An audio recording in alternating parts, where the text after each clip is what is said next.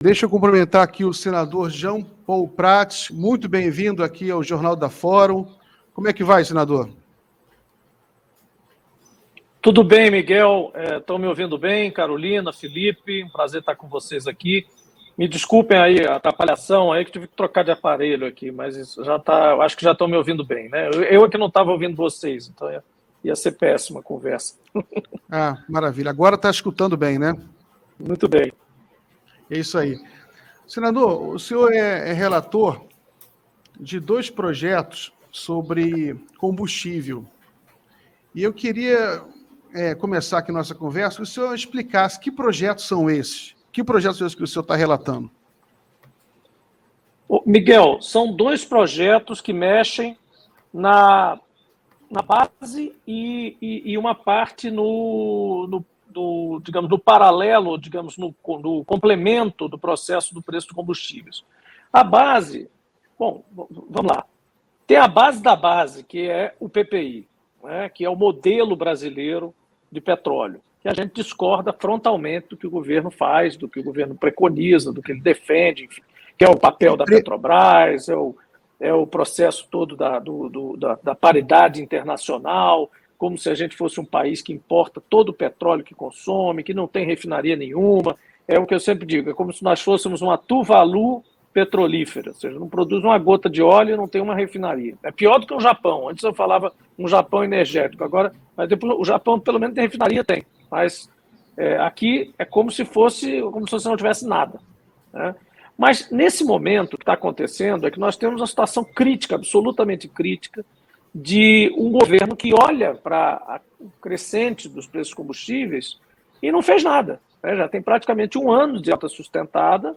Evidentemente, ela tem alicerce, mas ela tem um alicerce macroeconômico internacional. O preço do petróleo responde a esses fatores, toda a economia voltando gradualmente, cada país no seu ritmo, etc. Isso provê, no todo, uma curva de alta sustentada do preço do petróleo, em que o Brasil não precisa acompanhar, né, como se fosse em tempo real e em dólar. Por quê? Porque nós temos uma situação que conquistamos ao longo de 60 ou mais anos de autonomia e de autossuficiência em petróleo e quase autossuficiência em combustível, embora tenhamos aí um déficit bastante grande de alguns combustíveis, mas a gente consegue administrar parcialmente isso. Então, o que a gente está defendendo em geral, como paliativo, atenção, como paliativo não como situação estrutural ideal, mas paliativo possível diante da inércia do governo. É uma conta de compensação, não um fundo, atenção, uma conta alimentada por recursos que são derivados justamente dos lucros extraordinários que o governo federal obtém da alta de preços, então, dividendos da Petrobras pagos à União, participações governamentais do setor de petróleo, desde royalties, participações especiais, bônus, participações de PPSA, venda do óleo, etc., que também são proporcionais ao preço do petróleo, e outras 4 fontes que alimentam uma conta de compensação. Quando o petróleo está na baixa, ela alimenta um pouquinho para despejar quando o petróleo está na alta. Como a gente está começando já na alta, tem que haver um depósito inicial, digamos assim, e esses recursos serviriam para isso. Então, esse é o primeiro projeto, que é o PLP 1472, de autoria originalmente do senador Rogério Carvalho, Partido dos Trabalhadores, aqui no Senado, né, e que já passou pela CAI com louvor, né, porque houve todo um processo de compreensão de que isso seria necessário, enfim, de trabalho mesmo legislativo pesado. E o segundo projeto é um projeto que vem da Câmara, que o Arthur Lira, o presidente Arthur Lira, se referiu no início de janeiro, meados de janeiro, reclamou que o Senado teria colocado na gaveta, etc. Só que é um projeto que foi feito relativamente às pressas, sem conversar muito com os governadores, meio num tom assim de provocação, de dizer abaixa os impostos aí, que a gente abaixa aqui, quem abaixa mais imposto. E, na verdade, a lógica, Carolina, Felipe, Miguel, é que o imposto ele é um percentual do preço principal. Se você não ataca o principal, o percentual vai acompanhar o principal de todo jeito, né? Então não adianta você dar isenção, tirar 1%, 2%, 3%, prejudicar o orçamento comum, o orçamento ordinário de um Estado, e é bom lembrar a todos que no Estado a isenção dada no ICMS dói muito mais do que a isenção federal no combustível. Tem estados que vivem de 25% a 1/3 da receita de ICMS de combustível. É isso que paga a escola pública, é isso que paga o hospital regional, é isso que paga a segurança pública e tudo mais que os governos estaduais têm que levar nas costas. Então, fazer essa troca como se fosse um desafio de menino de escola, né? Pisa aqui que eu piso também e tal, chamar para briga, não é a forma correta de lidar com esse problema. Portanto, nós estamos trabalhando nesse PLP, devolvendo à Câmara esse PLP que veio de lá com uma solução um pouco mais inteligente, mais trabalhada com os governadores, e, ao mesmo tempo, aí em primeira mão aqui para vocês, trabalhando também numa emenda que vai para a reforma tributária, para que, no ritmo dela, e aí a gente pode discutir isso é outra coisa, qual é o ritmo da reforma tributária, no ano eleitoral, etc., etc., mas que já vá para lá um capítulo coerente com esses dois projetos. Então, a gente já vai colocar lá na reforma tributária também, no tal do IBS, né, uma consistência com o que a gente está antecipando aqui. Então, seria como antecipar um pouquinho as questões relativas ao ICMS combustível que estão no PLP 11, que vai ser devolvido à Câmara. Esses dois são os projetos que estamos relatando. Existem as PECs que o governo, depois que o Legislativo agiu, da mesma forma que com o auxílio emergencial, com uma série de outras coisas, quando o Legislativo age, aí vem o governo e diz, é mesmo, vamos tratar desse assunto? Aí vem tratar do assunto de forma, né, normalmente provocativa, desafiadora, etc. Então a gente está abaixando essa poeira, né, percebendo o que está vindo também do governo e tentando construir uma solução conjunta aí com o presidente do Senado, também com o presidente da Câmara. É isso. Muito bem. Senador, o Felipe falou que queria fazer uma pergunta para você. Felipe, você ainda lembra o que queria perguntar? Tem que ligar o microfone, Felipe. Boa tarde, senador. Seja muito bem-vindo. Eu acompanhei mais de perto o seu trabalho na CPI da Covid. Achei as suas intervenções pontuais e muito bem-vindas na CPI. Obrigado. Acho que o Brasil inteiro acompanhou e viu que o resultado que isso teve, principalmente no noticiário. Nós que somos jornalistas, a gente sabe que o debate público, o agendamento do debate público, ele estava muito monopolizado pelo curral do Bolsonaro, aquele curralzinho ali na saída do Alvorada. E a CPI da Covid, ela mudou esse agendamento público, né? Durante 6 meses, a gente teve uma real dimensão da tragédia em que estamos metidos, da tragédia que estamos vivendo. E eu não me refiro, o que já é muito grave, mas eu não me refiro apenas aos 630 mil mortos que temos nessa pandemia e obviamente com responsabilidade direta do presidente da República e do seu desgoverno. Mas eu me refiro também a todo o caos de corrupção desse governo, né? A tentativa de esconder a corrupção do líder do governo na Câmara, né, que mediou a tentativa de compra da Covaxin, o empenho, né? Depois a tentativa de desmitificar essa corrupção, dizendo que não foi comprada, mas havia sido empenhada. É como se fosse um roubo de banco em que se estoura a agência bancária e o bandido tem que ir embora porque explodiu a agência e o dinheiro ficou lá. Mas o que eu queria perguntar ao senhor porque a polícia está chegando. Porque a polícia está chegando, exatamente. Mas eu tenho visto que depois de todo aquele trabalho, senador, da sua atuação, da atuação de outros senadores, parece que, de alguma forma, o governo conseguiu desvirtuar e reagendar o debate público, tirando do foco tudo aquilo que a CPI nos mostrou. Eu sei que tem Augusto Aras como engavetador-geral da República, eu sei que tem as dificuldades do Arthur Lira que senta nos processos de impeachment, mas o que está sendo feito efetivamente para que tudo aquilo que foi discutido na CPI, da qual o senhor participou, não fique em vão, para que as pessoas sejam responsabilizadas, não só o presidente da República, mas todos aqueles agentes que foram denunciados durante a CPI. O que o Senado está sendo feito? O que o senhor especificamente pode nos dizer sobre isso? Olha, Felipe, eu acho, você tem razão, em princípio, e haveria também uma certa compreensão com o tempo, né, após a entrega do relatório. Mas esse tempo já tem passado, já temos algum tempo aí maior, já deu tempo para tomar atitude, já vimos que o procurador não vai tomar providências, ao contrário, ele prefere agora dar exemplos de de equilíbrio, né, perseguindo o cara lá que falou do nazismo, o outro não sei o quê e tal, quando já coisas piores aconteceram, né? Embora esteja certíssimo em fazer isso, só que por que não fez antes com os outros, né? Mas, enfim, para poderem dizer, não, foi atrás do cara lá e tal. Então, assim, é quase pueril isso, né? A gente agora entra num ano eleitoral, e eu acho que atribuo um pouco isso também, né? Em que cada um começa a cuidar um pouco do seu, mas nós aqui não está de bobeira, não. O senador Randolph e outros estão se reunindo em geral, aqueles que foram mais protagonistas e com o respaldo da legitimidade de terem sido presidente, relator, vice-presidente da CPI, estamos preparando aí algumas medidas de cobrança, né? O Senado tem instrumentos, estão sendo analisados instrumentos de cobrança disso, porque, de fato, você não pode ter uma CPI que, nesse caso, não acaba em pizza porque o Congresso quis, nesse caso, acaba de fora para dentro, né? Os caras não entregou a pizza, né, entre aspas, saiu da pizzaria e não entregaram, né? Não chegou a lugar nenhum. Alguma coisa tem que resultar desse processo. Ali houve coisas gravíssimas, inclusive coisas que dependem de iniciativa legislativa de corrigir. Por exemplo, aquela história dos planos de saúde, quando você vê um plano de saúde dizer que óbito também é alta, né?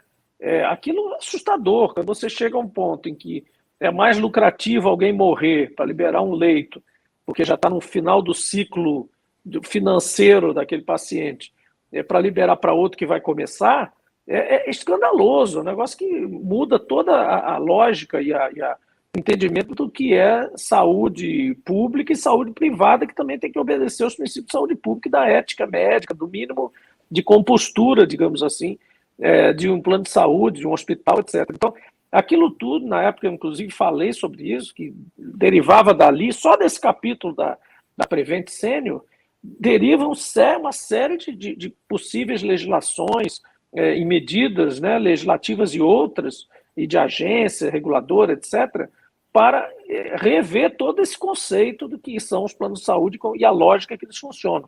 E aí o resto é a questão toda punitiva, da questão do atraso das vacinas, enfim. Você mesmo já mencionou, todo aquele arsenal de coisas que foi municiado, a sociedade quer resposta, a sociedade acompanhou aquilo de muito perto, foi até surpreendente, né, a quantidade, a audiência que deu. Eu mesmo me surpreendi com aquilo ali também, e olha que eu fui assim, tipo um coadjuvante ali, aparecia lá no final, tentava pegar algumas perguntas que não tinham sido feitas, algumas contradições. Isso acabou virando uma estratégia do próprio grupo. Vamos combinar aqui que a gente vai fazer um pouco esse rescaldo, né, de coisas que o camarada diz no começo, dá tempo de você checar e depois pegar a contradição. A CPI é uma coisa muito interessante, né, Felipe? É um tipo diferente de fazer justiça, né? É como se tivessem ali pessoas sendo interrogadas coletivamente. Então, são muitas mentes ao mesmo tempo, analisando documentos e tendo uma oportunidade de interrogar. É uma coisa que é inédita na justiça em geral. Nem o tribunal de júri chega a isso, né? Então, é muito importante, é muito relevante como instrumento. Ele não pode ser vulgarizado de forma nenhuma e muito menos menosprezado. Em relação à pauta em si, a pautar a economia, o noticiário em geral, o governo sempre tem muita habilidade, porque ele produz muita coisa negativa, né? O governo é muito ruim, né? Ele produz maldade o tempo todo, factoides, distorções, então acaba pautando, mas isso não deixa de ser uma estratégia. Agora é um governo péssimo, você vê por aí a avaliação do governo em função disso, porque usa essa estratégia de exaustão e não tem nada propositivo, não traz nada de fato construtivo para o país, a não ser coisas que interessam a pequenos grupos, vender Correio, vender Eletrobras. Então, o que nos sobra como líder da minoria e como líder da oposição, no caso do senador Randolph, trabalhando juntos? É fazer a não pauta, né? É dizer assim, vamos evitar, isso quase nem sempre é visível, é tão visível, mas a não pauta é interditar pautas por inviabilidade, por absurdo. Então, por exemplo, a gente impediu a privatização dos Correios a toque de caixa no ano passado.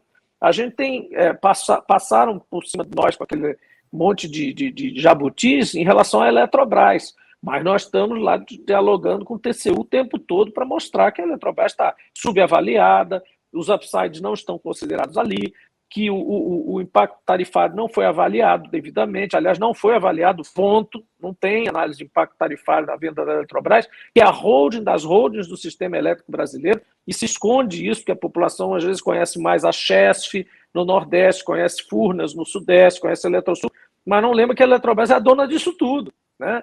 Então, você mexendo na holding, você mexe em tudo ao mesmo tempo, perdendo o controle dela. Não é uma capitalização, como foi feita na Petrobras em tempos passados, que se chamava, alguns preferiram chamar de privatização, enfim, mas não é uma venda de ações pura e simples, é a venda do controle da Eletrobras. Então, a gente tem tentado obstacularizar tudo isso, e isso trabalha muito mais em bastidores, e também, obviamente, a gente acaba dando notícia, mas, infelizmente, não cobre a quantidade de factóides e absurdos que o governo provoca. Por isso que a pauta acaba sendo correr atrás dessas coisas e tentar, como aquele equilibrista, né, pega uma bolinha daqui, outra ali, corre aqui. A gente aqui trabalha, para vocês saberem, a gente tem uma bancada de 6, agora 7 com o senador Contarato. Mais a minoria que a gente coordena, que é digamos, uma oposição estendida, né, digamos. A gente fica se delegando missões, cobre aqui, vai na audiência do CTCU, você vai aqui, eu vou ali, e a gente vai tentando se revezar, mas é um exercício cansativo, Senador, Carolina, você quer fazer algum comentário? Eu tenho uma pergunta para fazer para o senador, mas você tem preferência agora. Não, assim, na verdade, é muito bom ouvi-lo, né? Eu também acompanhei o trabalho dele na CPI e eu acho que foi um trabalho muito bem feito e quando pegou também a equipe se consolidou lá como uma equipe unida na CPI. Eu acho que o trabalho fluiu muito bem e parte tem convicção que a falta a grande rejeição que o Bolsonaro tem acompanhado hoje tem a ver com o que foi com os documentos e com aquele produto que foi tirado, né, das oitivas. Mas, assim, engraçado que está um ano quente ainda, mesmo sendo um ano eleitoral, onde a gente espera que determinadas pautas se acomodassem, né, ou pelo menos ficassem um pouco mais suspensas no ar, elas continuam bastante combativas. Eu não consigo entender como é que o governo, nesse momento, propõe... Óbvio, tem uma questão eleitoral dos combustíveis dele conseguir caixa para a reeleição, mas, ao mesmo tempo, é um tiro no pé, e tanto, né, com a parte dos grupos que sustentam ele, que estão de olho no orçamento, nas questões fiscais. Você está falando de quê? Das desonerações? Eu estou falando quando vocês começaram a falar da questão dos combustíveis propriamente,